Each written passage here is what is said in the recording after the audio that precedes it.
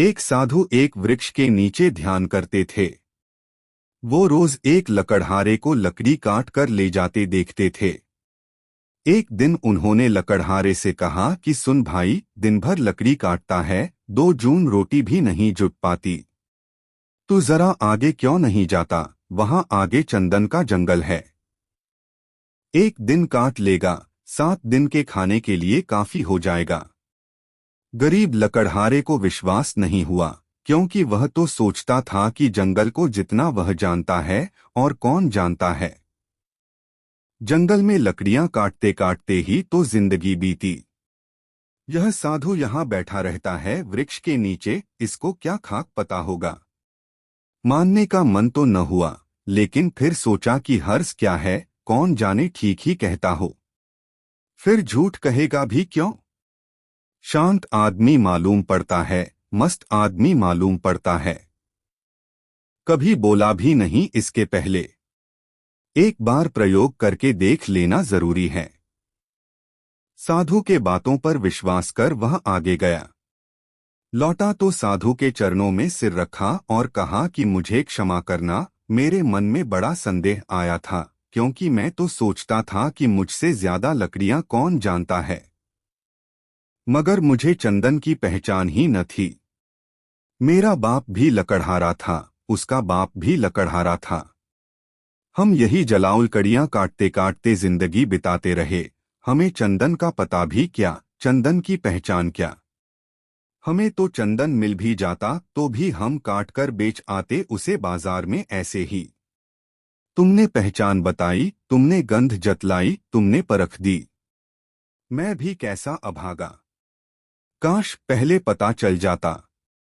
साधु ने कहा कोई फिक्र न करो, जब पता चला तभी जल्दी है, जब जागा तभी सबेरा है। दिन बड़े मजे में कटने लगे। एक दिन काट लेता, 7-8 दिन, 10 दिन जंगल आने की जरूरत ही न रहती। एक दिन साधु ने कहा, मेरे भाई, मैं सोचता था कि तुम्हें कुछ अक्ल आएगी। जिंदगी भर तुम लकड़ियां काटते रहे, आगे न गए। तुम्हें कभी यह सवाल नहीं उठा कि इस चंदन के आगे भी कुछ हो सकता है? उसने कहा, यह तो मुझे सवाल ही न आया। क्या चंदन के आगे भी कुछ है? उस साधु ने कहा, चंदन के जरा आगे जाओ तो वहां चांदी की खदान है। लकड़ियां करिया काटना छोड़ो, एक दिन ले आओगे, 2-4 महीने के लिए हो गया। अब तो वह साधु पर भरोसा करने लगा था। बिना संदेह किए भागा। चांदी पर हाथ लग गए तो कहना ही क्या, चांदी ही चांदी थी। 4 महीने नदारद हो जाता। एक दिन आ जाता, फिर नदारद हो जाता। लेकिन आदमी का मन ऐसा मूड है कि फिर भी उसे ख्याल न आया कि और आगे कुछ हो सकता है। साधु ने एक दिन कहा कि तुम कभी जागोगे कि नहीं, कि मुझे ही तुम्हें जगाना पड़ेगा। आगे सोने की खदान है मूर्ख। तुझे खुद अपनी तरफ से सवाल, जिज्ञासा, मुमुक्षा कुछ नहीं उठती कि जरा और आगे देख लूं। अब 6 महीने मस्त पड़ा रहता है, घर में कुछ काम भी नहीं है, फुर्सत है। जरा जंगल में आगे देखकर देखूं, यह ख्याल में नहीं आता। उसने कहा कि मैं भी मंदभागी, मुझे यह ख्याल ही ना आया। मैं तो समझा चांदी, बस आखिरी बात हो गई, अब और क्या होगा। गरीब ने सोना तो कभी देखा न था, सुना था। साधु ने कहा, थोड़ा और आगे सोने की खदान है। और ऐसे कहानी चलती है।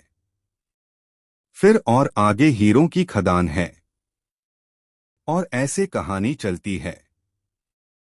और एक दिन साधु ने कहा कि ना समझ, अब तू हीरों पर ही रुक गया। अब तो उस लकड़हारे को भी बड़ी अकड़ आ गई, बड़ा धनी भी हो गया था, महल खड़े कर लिए थे। उसने कहा, अब छोड़ो, अब तुम मुझे परेशान न करो। अब हीरों के आगे क्या हो सकता है?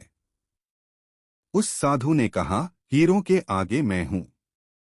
तुझे यह कभी ख्याल नहीं आया कि यह आदमी मस्त यहाँ बैठा है, जिसे पता है हीरों की खदान का, इसको जरूर कुछ और आगे मिल गया होगा।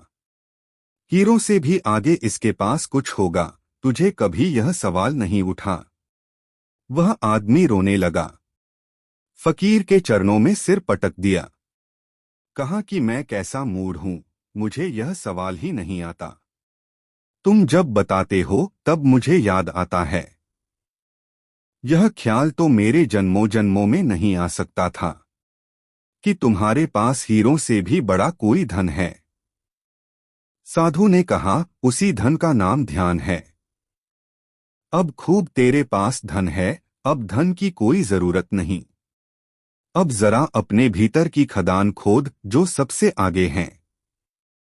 यही बात संत महात्मा कहते हैं, और आगे चलते ही जाना है। उस समय तक मत रुकना जब तक कि सारे अनुभव शांत न हो जाएं।